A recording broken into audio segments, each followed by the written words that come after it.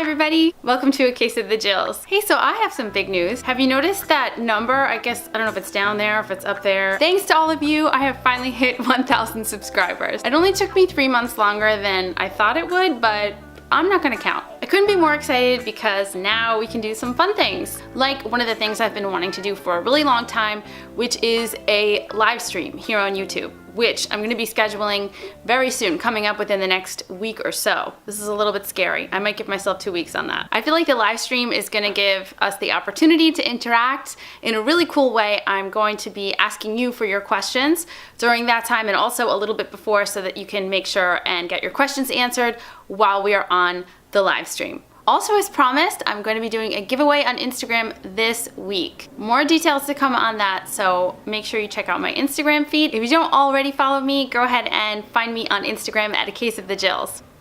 I will wait for the garbage men.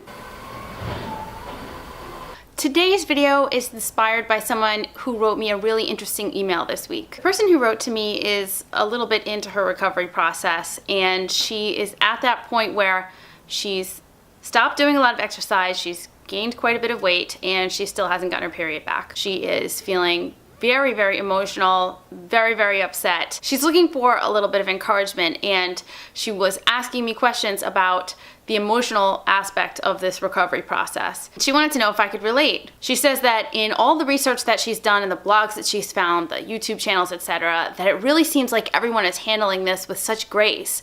And it made her feel defeated because she feels like it's an anything but graceful process for her. So she wrote to me saying like, am I crazy thinking that like everyone is doing just fine with this and everyone seems to be so happy and just fine with this whole process? I try to be as authentic as possible on this channel and also in all of the communications I have with you. And yes, it has been a while since I've actually gone through the actual recovery process. You know, we're working up to almost 2 years now. But it occurred to me that I probably did not talk about the real serious emotional implications of the recovery process and how, for me, it was anything but graceful. She says that she feels a deep sense of being ashamed of her behavior because she has been so negative and miserable and just awful, she said, to friends, family, her husband, and she actually feels as though it has affected her work life as well. She has like a big job and she is afraid that her attitude and her behavior is really kind of showing through at the workplace. She is naturally very concerned about this. The emotional struggles have led to mental stress, which of course she feels is sort of counterproductive for her recovery efforts, and she's really concerned about this too. One thing I want to say before we get started, this video is not going to be about Jill sweeps in and tells you how much you should just love yourself and let's shoot rainbows out of our butts and let's, you know, bring all the unicorns in. That's really not what I'm going to do here. I'm not going to sit here and tell you all of these things because sometimes in reality, those things are not in our headspace. We just can't get there in the moment. So all we have to do is work with our mental state at the time. Sometimes we don't want to hear someone present us with a solution. We just want to feel heard and understood. That's what you would want from a friend, right? And that's what I'm here for today. I'm here to tell you that if you feel like this, I hear you and I understand. And by the way, I was there. I know that it might be hard to realize now. I mean, my disposition at this point is pretty sunny, and because I know of the benefits and how amazing life gets through this recovery process, I'm always positive about it. I mean, that's what I do here, right? I want you to feel positive about this process because I know that the end point is going to be worth it. But despite all that, at the beginning, it sucked. It really sucked.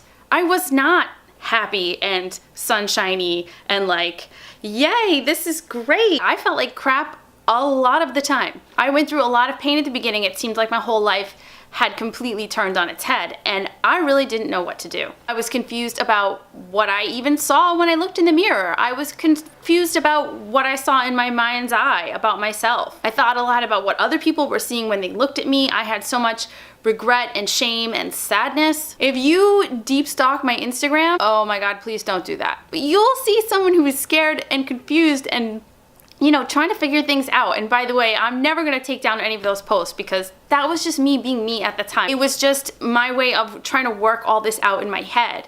And Instagram for me at that time was my outlet. You could see me post about things like feeling shameful about the food choices that I was making because of just how uncomfortable I was with the process of gaining weight. I was afraid to let myself eat things that I hadn't eaten in a really long time. And it was a process of letting go of all those rules that I had placed on myself. You see me post about things like dresses that I didn't fit into anymore and how that affected me emotionally because the person who bought me the dress was maybe gonna feel let down. During that time of my life, there were some days I just didn't wanna do anything. I didn't wanna go anywhere, I didn't wanna see people, I certainly didn't wanna be seen. I said no to a lot of invitations. I stayed home a lot of nights that I didn't really wanna go out and be seen. That is like the worst. You know, my boyfriend's a musician, as most of you know, and there were a lot of occasions where I had the opportunity to go out and see music with him or watch him perform, and I just didn't feel like it. I just didn't know what to put on. I didn't know what to wear, and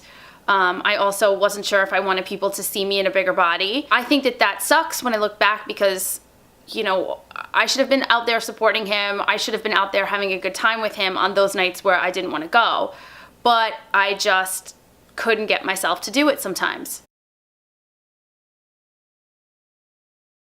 My inclination was to be bitchy. I was hurt, confused, sad, and felt like life wasn't fair at that point. And so I wasn't always the most pleasant person to be around. I have to say that it didn't spill over to my relationship with my boyfriend because he's such an amazing person and he supported me in a way that it fills me. It fills me with so much emotion just to think about it because he never for 1 second let me feel like I was doing anything than the 100% most perfect thing for me at that time. How could I justify being ugly to someone who was just giving me so much love and support? But that doesn't mean that I was navigating things well in other areas. Do you want specifics? I can give you specifics about some of the dumb things I did and thought and felt at that time. I'm apologizing right now for moving this camera around 65,000 times. The sun is just reflecting everywhere. So I had this enormous pair of jeans in the back of my closet that never ever have fit me, even up to this point, and never will, by the way. They're gigantic. I bought them by accident. It's a long story. I developed this horrible aversion to feeling clothing just on my hips or on my butt or on my legs. I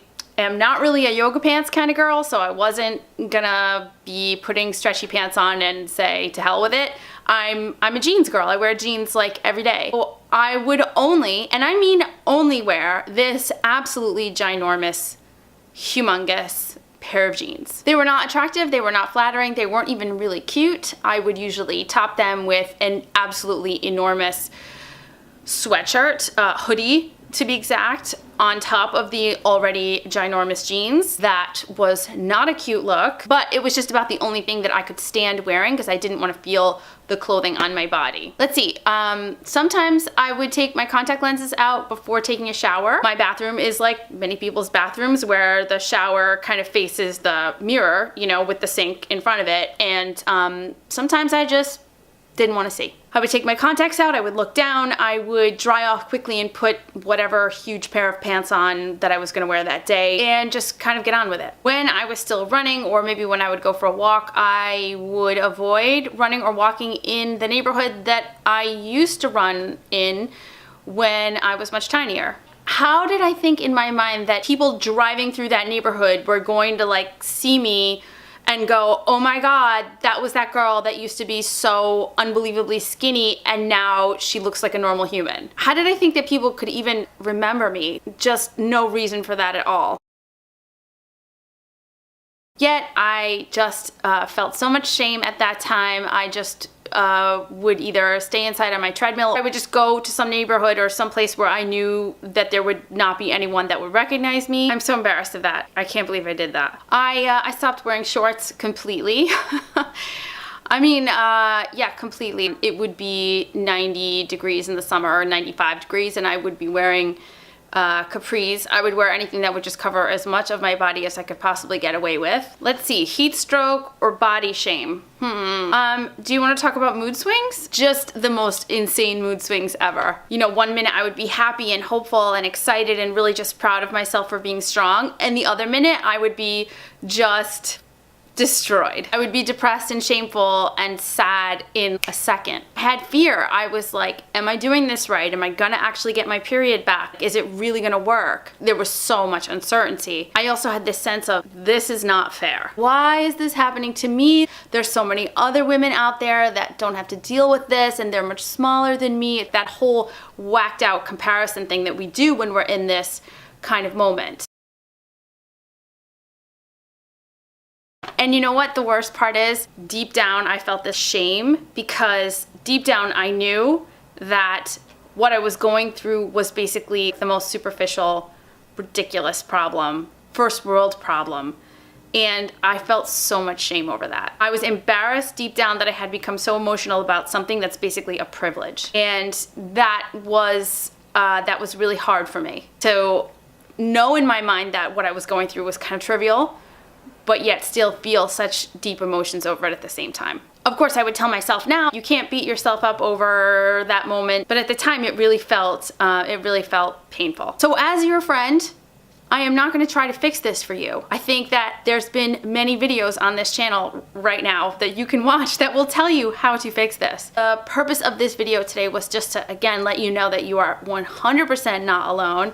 I 100% understand you. I 100% feel that your feelings are completely valid. Don't feel bad about feeling bad.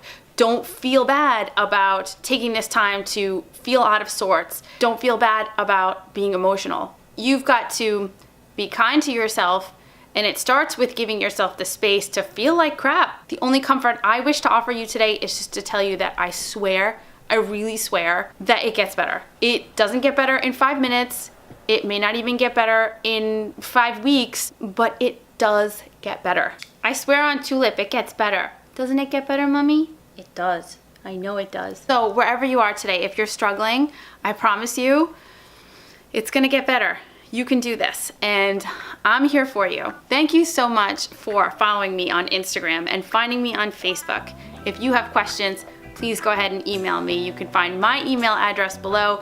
If you would like to share your story with us, you can email Addie. She'll be happy to hear from you. And finally, I just want to say thank you to everyone who has subscribed to this channel and everyone who has yet to subscribe to this channel. Because of you, we're creating this strong community of athletes who want to put their health first. I hope that you're having an awesome day wherever you are, and I will see you again soon. Thanks for watching.